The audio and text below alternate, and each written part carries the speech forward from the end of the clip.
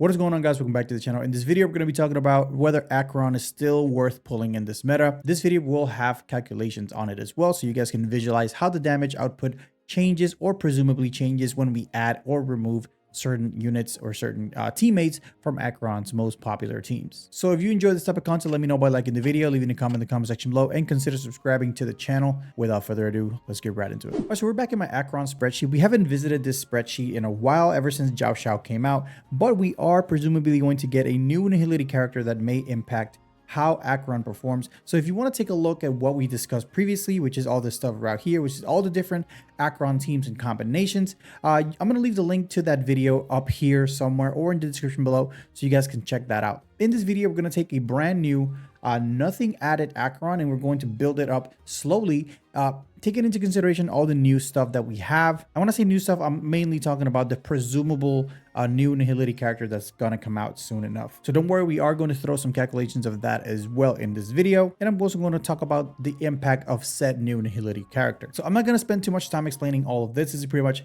Acheron's damage formula and attack and damage bonus sources. This is the damage table down here, and this is the overall damage multiplier from what we add comparatively to where we started. So obviously we are going to run the Pioneer set with the Izumo set coupled with the Good Night and Sleep Well. Obviously people that have Acheron already are probably already going to have the S1, but I'm going to talk about the S1 as well. But for most people, I want to cover things that most people are going to be able to relate to. So S5, Good Night Sleep Well, even though it's a 4-star light cone that hasn't been in banner like in a long time.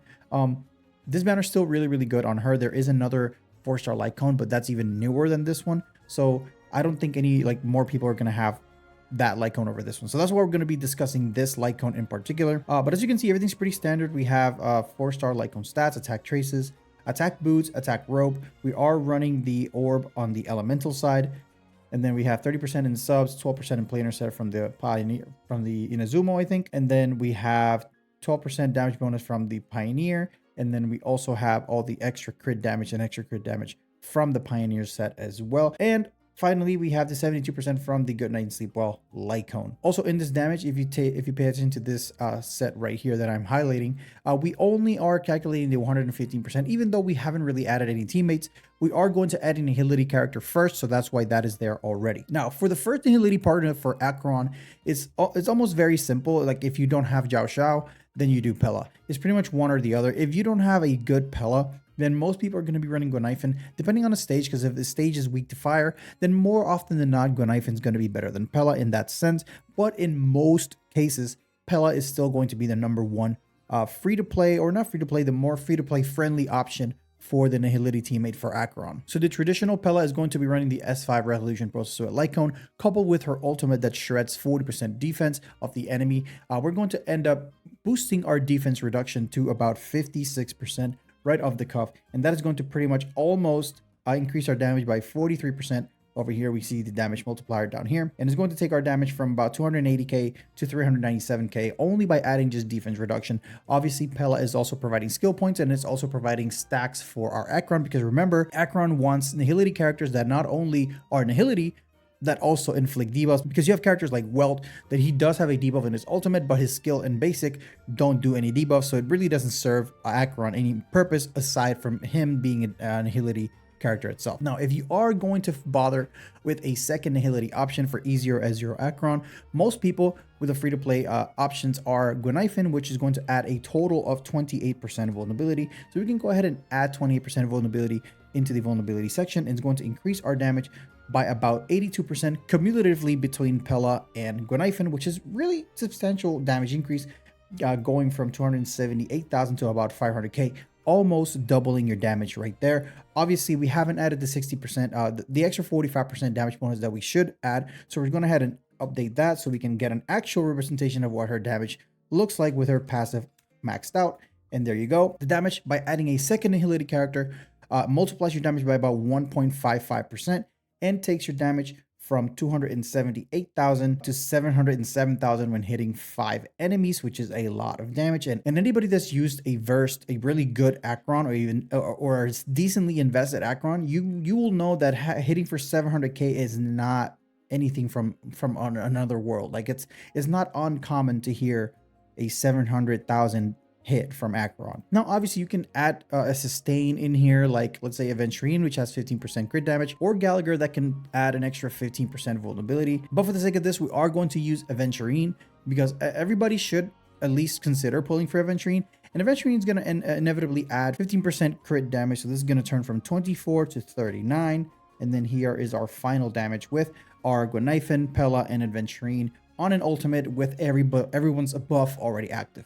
Now, the problem with this setup like this is that you don't have any sort of speed up, you don't have any sort of action advance. So Acheron running attack boots is going to be a little slow, and you're going to have to run speed boosts to this. So if you want to run this optimally, speed boots would probably end up like better. Like if we swap speed boots, your damage will drop by about 100k, but you will be able to ult at least one more time. In a 3 cycle span. So anyway, it's up to you if you want to run it attack boots or speed boots. Because I run my Acheron a certain way, my Acheron's E2, I can run her with attack boots with my Sparkle or Robin or whichever, but I generally run Acheron with Sparkle. We are going to discuss those options later on in the video, so stay tuned for that. Let's say you are one of those people that are preparing for Acheron and you decided to pull a single copy of Zhao Xiao, right? The 56% defense reduction is going to remain the same because your Pela is going to stay on the team if the Acheron is E0 and not E2. So let's say we remove Guin and we add Zhao Xiao. It's going to increase the vulnerability debuff from 128 to 150. Which is the 50% vulnerability from Zhao Xiao. Your damage is going to go up from the 700,000 that we had to about 872,000, which is almost 2.1 times your initial damage multiplier, which is insanity. Again, if you have Zhao Xiao on your team and you have Acheron, hitting for about 900k is pretty common. You see it almost every time you use her. It's actually insane. Zhao Xiao is just a great, incredible character to increase damage. So this is what an optimal E0 S0 Acheron looks like with a 2 Nihility setup. This is the most optimal way you can run that with E0 S0 Zhao Xiao and E0 S0 Acheron with Pela, Resolution, Process, Sweat, Light Cone. You are going to be hitting single target for about 200k, which is not great. It's good. It's really good, but it's not great. When you have enemies that have 200,000, like have 2 million HP, hitting him for 200,000 is going to take a long time to like whittle down. Okay, so you're going to need a little bit more than that because these bosses are getting really beefy, which is why Break is becoming such a great archetype to deal with those monsters, because they have a lot of HP, and Break usually scales really well with characters that are beefier and tankier. Now, there is a discussion about running Zhao Xiao with a Harmony instead of a second Nihility, and there is a argument for that. So let's just assume that we're going to remove Pela, right? And we're going to transfer the Resolution, Process, Sweat, Light Cone over to Zhao Xiao so we can keep the 16% defense reduction. So we have 50% vulnerability from Zhao Xiao, and then we have 16% vulnerability defense reduction from the Resolution. Our damage is going to drop significantly because obviously we lost 40% defense reduction. Also, we are going to lose the extra 45%, so this goes back down to 115, and then this goes back down to 115 as well, and our damage pretty much gets cut in half of what we used to have, because it's a lot of damage loss when you lose that trace damage bonus. It's actually really significant. But now let's say you want to add a Harmony character, right? We have 2 really premium Harmony characters, actually 3, because Run May, you can run Acheron with Run May. I do it all the time. But let's say you want to run Sparkle, right? Sparkle increases your attack by 15% because she is not quantum. She would also increase your extra damage bonus by about 88%, which would make this about 127%. And then the extra damage bonus, she gives you about 48% damage bonus. So your damage will go to 739,000, right? Comparatively, with the 2 Nihility setup we had earlier, it was about 870k. So we are missing about 130k damage here. The thing is that with this setup, you can comfortably run attack boots, and then Sparkle is going to give Acheron more turns. So in a way, this setup will actually work wonders, because if you have Zhao Xiao giving Acheron a bunch of stacks, she won't need the second Nihility to boost the stack gains. And then Sparkle is giving Acheron more turns. So you're pretty much like getting the best of both worlds, and you're pretty much making up for the damage loss from the Nihility teammate Trace. I didn't think it was like a thing that was possible, but with Zhao Xiao, it's the only character that can make this actually a thing. If you substitute Pela here, it won't even be worth to run. But because you can have because Jiao Shao increases the damage by so much and increases stack generation by so much, Acheron is able to do this type of stuff at E0 S0. Now, just for the sake of it, I'm going to remove Jiao Shao and then put Pela, which is a 56%. And then the damage goes down to 643%, which means you're going to have to make up for about 300k in damage, which you're probably not going to end up making up by the end of the, because every time that this Acheron would have ulted, it's 300k, and this Acheron would pretty much ult like twice or 3 times, and then the Sparkle one will ult 1 extra time. It's just not enough damage to make up for it. It's much easier to just run a second Nihility. Don't worry about the stacks, just make it run attack speed boots and then call it a day. But let's go back to what we had before. Now, remember guys, this is Sparkle, Jiao Shao, and Aventurine supporting Acheron's ultimate damage, right? Like I said, the concept of this type of setup is that you can comfortably run attack boots, and then you can also get you can get more turns with attack boots because Sparkle Action Advance actually comes in clutch if you actually have a fast Sparkle. And by fast, I mean like 150 and above, which should be pretty doable now that we have a second set that gives us speed. Now, there is some argument that Robin is the new best Harmony character for Acheron. People are just in love with Robin. I don't know what it is, but let's go ahead and test that out. Let's put ahead and calculate what Robin's impact in damage would be. So let's go ahead and remove Sparkle from the equation and let's add Robin. So Robin's going to give you, on average, if you have your Robin at 3400 attack, up to 4000 attack, the average of that would be about 1000 extra attack. So let's add 1000 attack here. Then she's also going to give you an extra 20% crit damage. So this goes to 59, and then a 50% damage bonus if you have her skill up. You can notice the actual damage increase is a little bit higher than Sparkle. And this is not counting Robin's extra damage hits that she does at the tail end of every hit. So the final damage you're going to see on the screen is going to be higher than this, way higher than this, which is great, which is fantastic because Robin is one of the most valuable Harmony characters in the game because she can steal cycles for people that struggle with clearing MOC or whichever in set amount of cycles. Robin is the one that's going to allow you to do that because she can pretty much fabricate a turn from nowhere. The thing is that the longer the fight goes, the more value Sparkle gains and the more value Robin gains. But the way the Sparkle gains the value, it's a lot more efficient because you get value every single turn.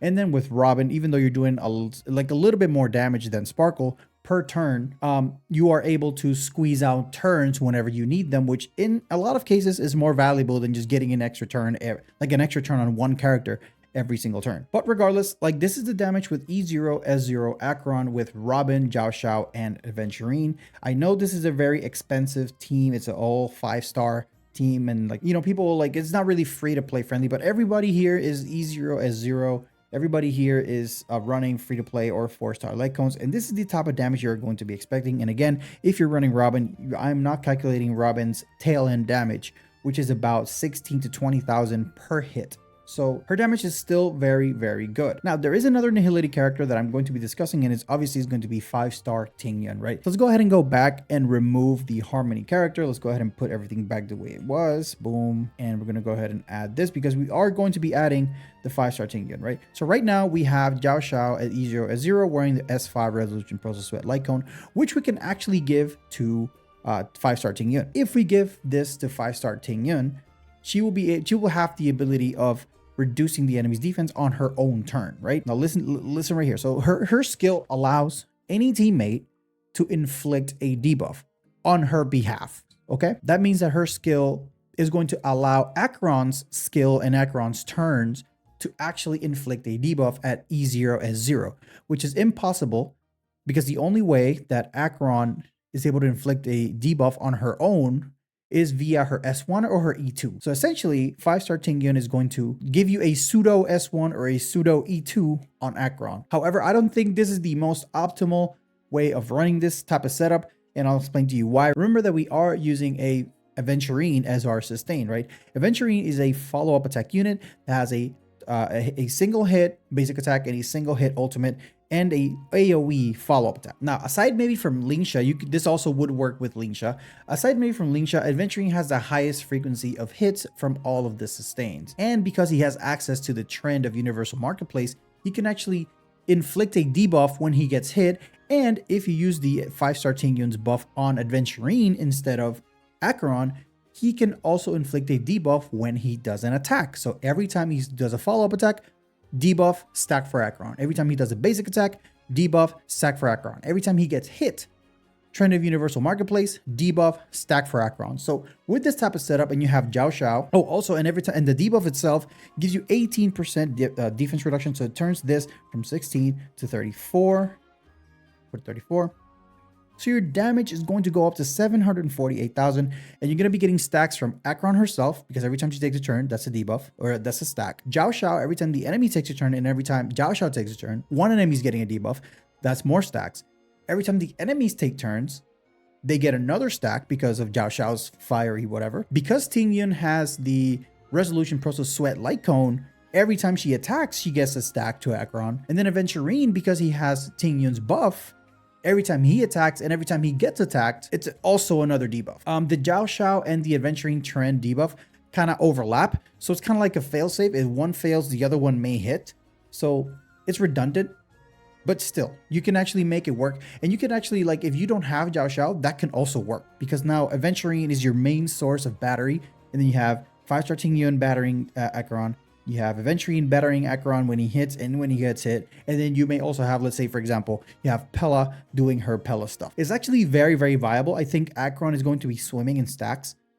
Even at E0, S0. Even though 5-star Tingyun doesn't directly affect Acheron's damage in a way that Jiao Xiao or Pela does.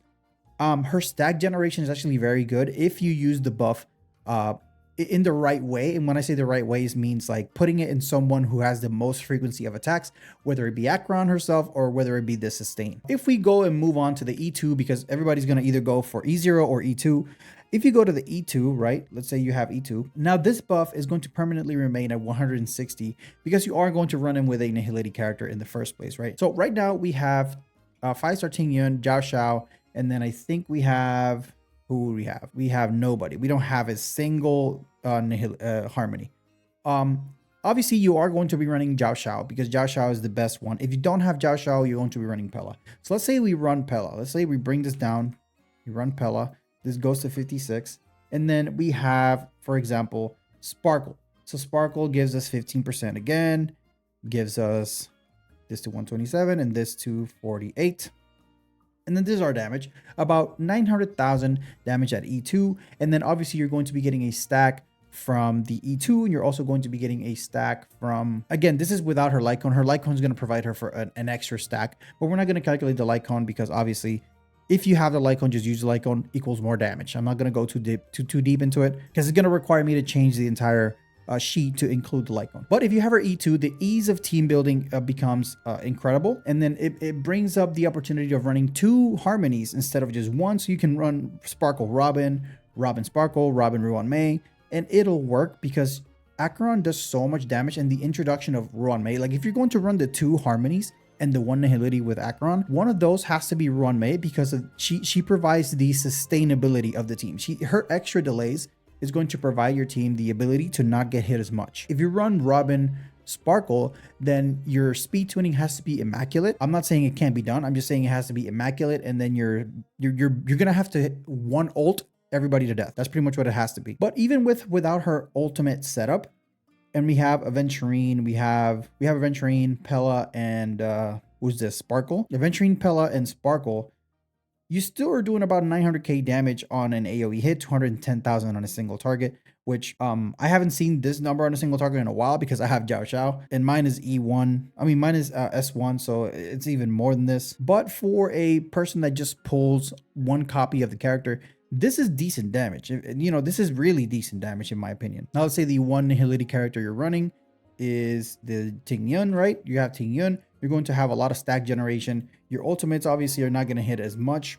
Your overall damage is going to be around 766k if you're hitting a 5 board of enemies, but your single target damage ain't going to be all that. When it comes to stack generation and damage output, her best option is always going to be Jiao Xiao. Now we have a little split now that 5-star Tingyun is going to come out. In stack generation, I think 5-star Tingyun is going to take the cake over Pela, but Pela is going to take the cake over in damage. We can actually see that right now because obviously it's the same exact thing, but if we increase this to 56, and then obviously the damage is going to be a lot more. But now if we keep this at 16 and then this at 150, our damage goes to about 1 million because we have Sparkle and Zhao Shao. In the team that I usually run myself, I don't run a sustain on this team. I just run Ruan Mei in here. And the only thing of note that you can take from Ruan Mei is that she adds 68% damage. So if you add 60 NA, it's 116 damage bonus. This is how much damage on average I am doing, and I can attest to this. Like I have clips of me doing about 1.1, 1.2 million damage with my current team setup. And actually it's a little bit more than that because my Zhao Shao is not like this. I have E1 Ruan Mei. Oh, you have a rest pen 25% too. So yeah, this is the amount of damage you can run with a no sustain Ruan Mei Sparkle team. Now, let's say we can take away, Sparkle, right? Let's say we take away 48 from this. Let's say we add Robin, right? Let's say we had 1352. We had 50% here, so it's 118. And then 20%, 132. If you have Robin, Ruan Mei, and Zhao Shao with all of them E0, just base stats, your damage is going to go through the roof, 1.8 million.